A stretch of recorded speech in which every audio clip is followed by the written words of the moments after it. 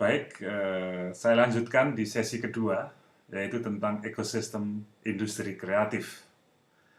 Jadi, industri kreatif beda dengan industri manufaktur yang sangat tergantung dari material. Di dalam industri kreatif, materialnya adalah ide, materialnya adalah kreativitas itu sendiri. Nah, di dalam ekosistem industri kreatif dapat kita bagi di dalam 5 serial, begitu ya. Yang pertama adalah pembangkitan ide ataupun juga pembangkitan kreativitas atau pemilihan ide ataupun gagasan. Ide itu adalah material. Yang kemudian yang kedua adalah bagaimana ide itu dikembangkan menjadi kemampuan, menjadi capacity building. Berikutnya adalah hal yang berkaitan dengan pengenalan produk, exposure. Setelah itu adalah proses produksi dan akhirnya adalah pemasaran. Kalau kita bagi masing-masing tadi serial, jadi dari mulai ide generation atau creativity, kemudian capacity building, kemudian hal yang berkaitan dengan pengenalan produk, kemudian yang mengenai proses produksi dan pemasaran, masing-masing bisa kita bagi sesuai dengan perannya. Di dalam pengembangan ide, biasanya itu tumbuh dari seorang desainer, yang mungkin ya desainer, kelompok komunitas desainer. Bisa muncul karena universitas, ada di universitas, karena melakukan satu riset. Ada memang karena komunitas yang terus-menerus melakukan satu insight. Nah, ini insight bisa kita definisikan apa sih insight itu? Dari suatu alternatif-alternatif, kemudian muncul suatu penajaman, sehingga kita bisa mendapatkan suatu ide baru, suatu gagasan baru untuk menyelesaikan atau untuk menambahkan sesuatu. Kemudian setelah ide gagasan itu bergulir, maka perlu adanya capacity building. Perlu kita tingkatkan, baik itu melalui kompetisi maupun kita tes bahwa ide itu memang layak, ide itu memang baik. Nah, kemudian setelah ide itu baik, maka akan ada pelatihan untuk mengembangkan produk itu, kemudian ada seed capital, kemudian ada pendampingan misalkan. Itu adalah di capacity building. Berikutnya adalah di dalam pengenalan produk. Mungkin kita perlu pameran, perlu promosi, perlu pilot project, perlu yang berkaitan dengan kerjasama dengan mitra yang lain sehingga bisa tumbuh. Baru nanti berikutnya adalah hal yang berkaitan dengan financing untuk proses produksi. Siapa yang akan memberikan satu amunisi berikutnya sehingga itu bisa bergulir, bisa menjadi modal, baik untuk peningkatan kualitasnya maupun untuk large scale, untuk produksi yang lebih baik lagi. Dan yang terakhir adalah pemasaran ataupun distribusi. Dan harus kita jaga juga mengenai intellectual property right. Di dalam industri kreatif, banyak hal-hal yang sangat penting sekali kita jaga kekayaannya. Ini dari komunitas atau subcluster musik yang menjadi persoalan adalah intellectual property right. Demikian juga di desain. Yang berikutnya adalah masalah penjualan. Tadi jadi ada idea generation dari universitas nih, teman-teman dari dosen artikel. Mungkin dari desainer-desainer yang ada di mode, mungkin yang ada di pencipta lagu, mungkin di desain mebel, mungkin di desain apa saja. Kita lakukan kompetisi, kita pilih mana ide yang baik, kemudian kita melakukan satu capacity building.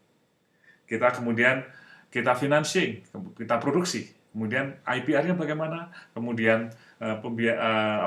distribusinya bagaimana, dan penjualannya dan bagaimana. Menarik bukan di dalam pengembangan industri kreatif? Dan sebetulnya semuanya itu bisa kita lakukan. Tetapi yang menarik lagi adalah sebetulnya pertama adalah ide generation.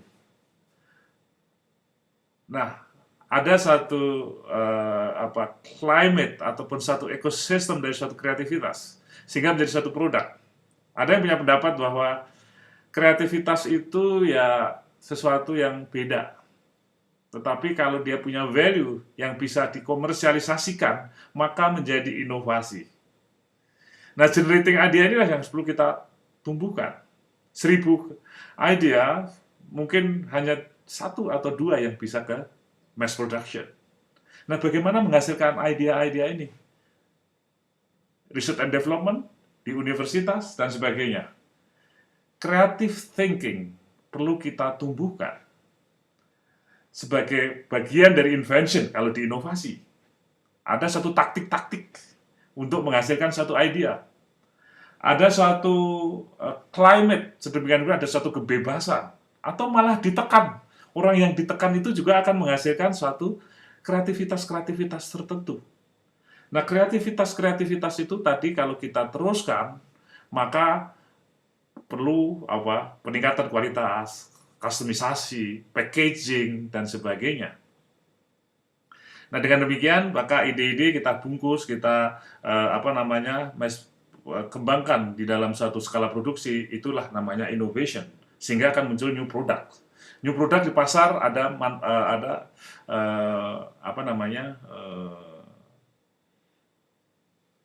pengguna, komentar-komentar pengguna. Nah, dari kreativitas menjadi inovasi ini bisa kita jelaskan lebih lanjut. Inovasi itu bisa kita bagi di dalam 5 generasi. Generasi yang pertama adalah dari ide, kemudian menjadi pengembangan, dikembangkan, kemudian diproduksi, kemudian komersialisasi, dan ada sales. Inovasi gelombang 2 atau inovasi generasi kedua dibalik. Di marketing perlu apa, di pasar perlu apa, diproduksi, dikembangkan. Sementara inovasi generasi ketiga adalah interaktif antara demand dan supply. Sementara generasi yang keempat adalah concurrence. Bagaimana ini ada satu yang tergantung daripada kebutuhan, dia cepat. Mana yang di research, mana supply chain-nya, dan seterusnya. Dan generasi kelima yang lebih kompleks lagi supaya cepat antara idea menjadi produk cepat atau kebutuhan dari pasar ke ini sudah cepat. Sehingga teman-teman dari Aptikom, dari SIMIK maupun dari perguruan tinggi ataupun siapapun, iklim-iklim pembentukan kreativitas perlu terus dikembangkan. Bisa di studio, bisa di taman, bisa di perjalanan, itu munculnya kreativitas. Kebebasan atau ditekan, itu juga merupakan suatu idea generation. Menarik bukan? Nah, saya sekarang akan lanjutkan tentang kondisi hasil beberapa penelitian teman-teman saya dengan Pak Togar, dengan teman-teman di industri kreatif di ITB. Ada suatu analisa SWOT tentang industri kreatif di Indonesia, yaitu mengenai kekuatannya, bahwa Indonesia itu sebenarnya kekuatan kebudayaan dan warisan budaya itu banyak. Berapa dialek, berapa seni tari, berapa baju, berapa jenis tarian, berapa jenis musik di Indonesia, adalah sesuatu kekuatan yang telah dimiliki oleh nenek moyang kita. Kedua adalah kepandaian lokal, yaitu kita tadi sinergis antara kepandaian lokal dan hal-hal yang berkaitan dengan warisan budaya.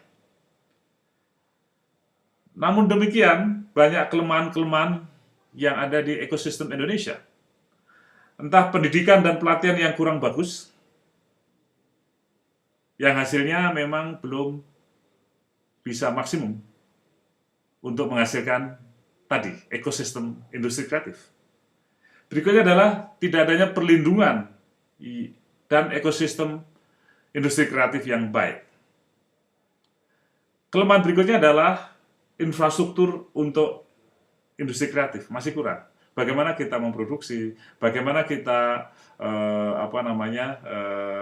pengembangan kreativitas dan kemudian packaging misalkan, kemudian mass production, kemudian tokonya. Jadi dari generating idea, kemudian hal yang berkait dengan